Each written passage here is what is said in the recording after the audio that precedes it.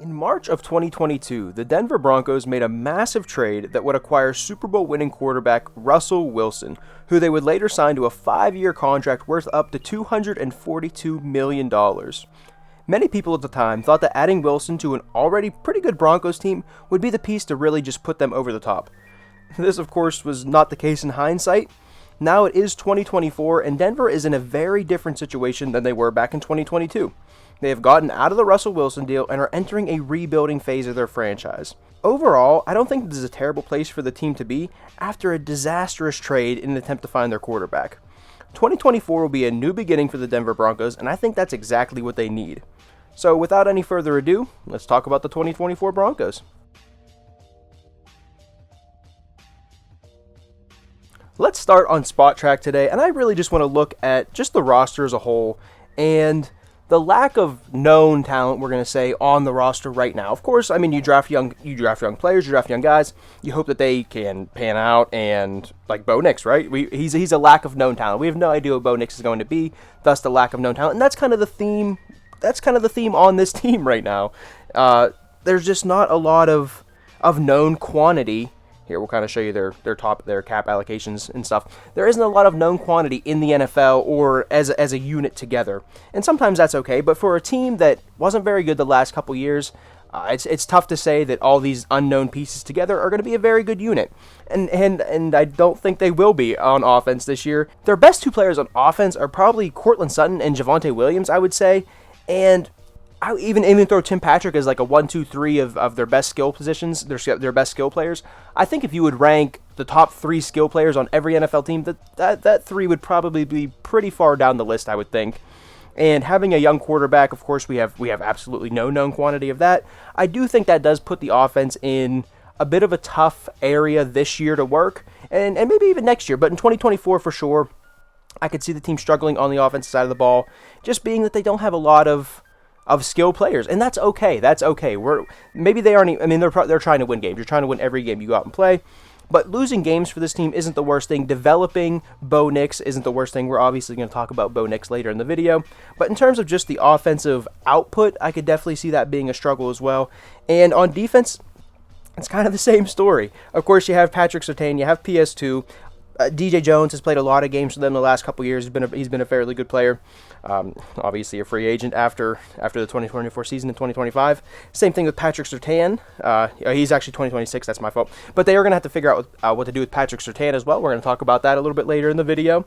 And maybe they have like John Franklin Myers. He's a good piece on defense, and maybe have more faith in the defensive side of the ball than you do the offense. But it's kind of the same deal. There isn't a whole lot of known quantity on the defense either, but that's okay for a rebuilding team.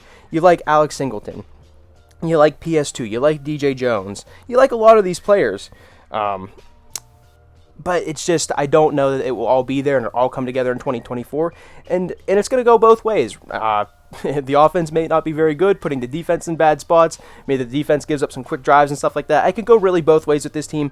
There's just a lack of known quality talent on the team, and 2024 will probably show that for this team. But entering a rebuilding phase of this team, it isn't the worst thing. Like we've been saying, it's not going to be the worst thing to lose a few more games this year, get a high draft pick in 2025, maybe even in 2026, get some of this young talent, get a lot of more young talent on this team. You can develop, and then hopefully by then Bo Nix is stepping into his own, and you can have a team by then. I feel like that's sort of the idea of this 2024 roster and just where they're going to be heading.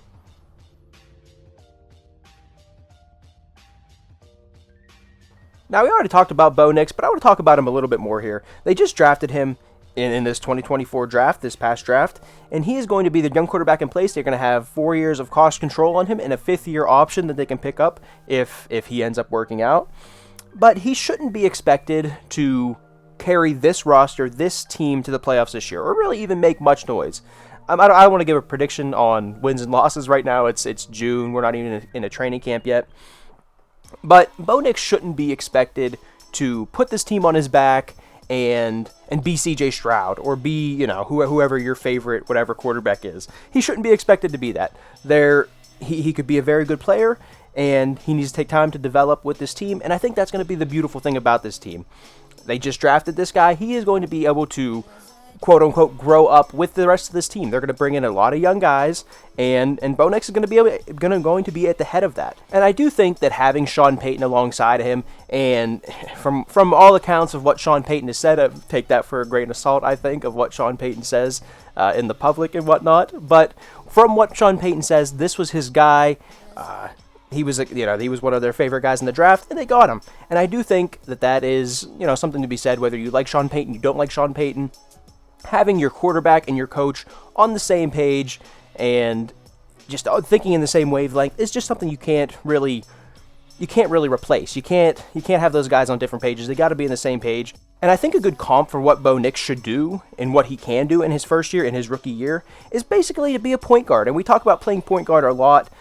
Whenever you're a quarterback, maybe you're a quarterback with not all of the skills in the world, not the biggest arm, not the fastest, whatever the case may be. Talk about playing point guard. In his rookie year, if he can play point guard and distribute the ball they have some guys. They have, we talked about Tim Patrick, we talked about Javonte Williams, we talked about Cortland Sutton. They absolutely have guys that he can get the ball to, and they're NFL players, they're NFL caliber players.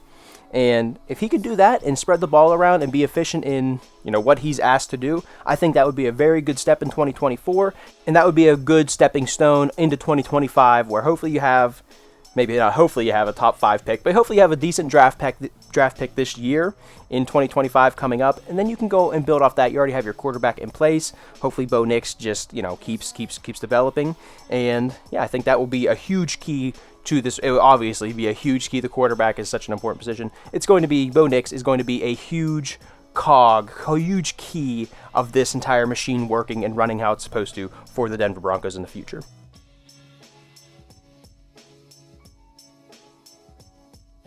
Finally, I want to talk about PS2. I want to talk about Patrick Surtain.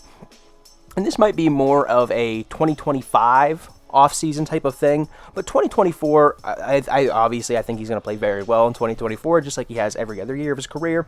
He is one of the top corners in the NFL. If you called him the best corner in the NFL, I wouldn't blink an eye at you. And like I said, this might be more of a 2025 issue, but I would absolutely sit down with Pat as soon as he's ready to talk about a contract and get that done immediately. Make him the highest paid corner in the league. Whatever you want to do, absolutely, you need to get it done. He is far too important of a player to let walk out the door after you pick up his 5th-year option and get nothing for him, or you're in a position where you have to trade him for not as great of assets as you wanted to because he's, whatever the case may be.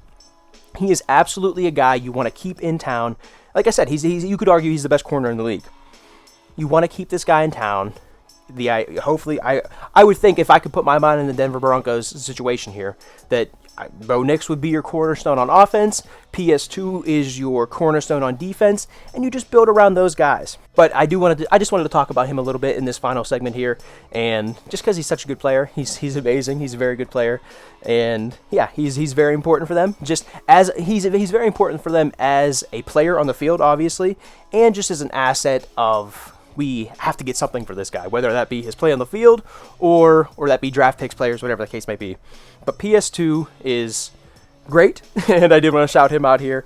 And he will be one way or another, whether he is a member of the Denver Broncos or eventually he does get moved for draft picks in favor of a rebuild, more of a rebuild. Hopefully that doesn't happen naturally, but he will be, Patrick Surtain, the player or the asset, will be a huge piece of the Denver Broncos' future, and really if this rebuild kind of works going forward. I said that 2024 will be a new beginning for Denver, and I really believe that. Of course, this doesn't mean that after a couple of down years, the Broncos will just automatically be a great team again. I don't think this is your 2K franchise where guys just go up a few overall points every year, but they have a young quarterback and they own all of their own draft picks now that the picks involved in the Russell Wilson trade have been used up by Seattle. This will allow the front office to be okay with losing some games now in the short term while developing young talent and selecting high in the draft over the next couple years. I feel like this would be the ideal plan for Denver to make their team a contender again. 2024 will start their rebuild with Sean Payton at the helm, but I don't think this story will be written until we see what Denver can do with developing Bo Nix and surrounding him with talent over the next couple years. That's all I have in this video. I do hope you enjoyed, and if you did, check out the rest of the team outlooks I've covered on the channel so far. Thank you for watching, and I hope to catch you in the next one.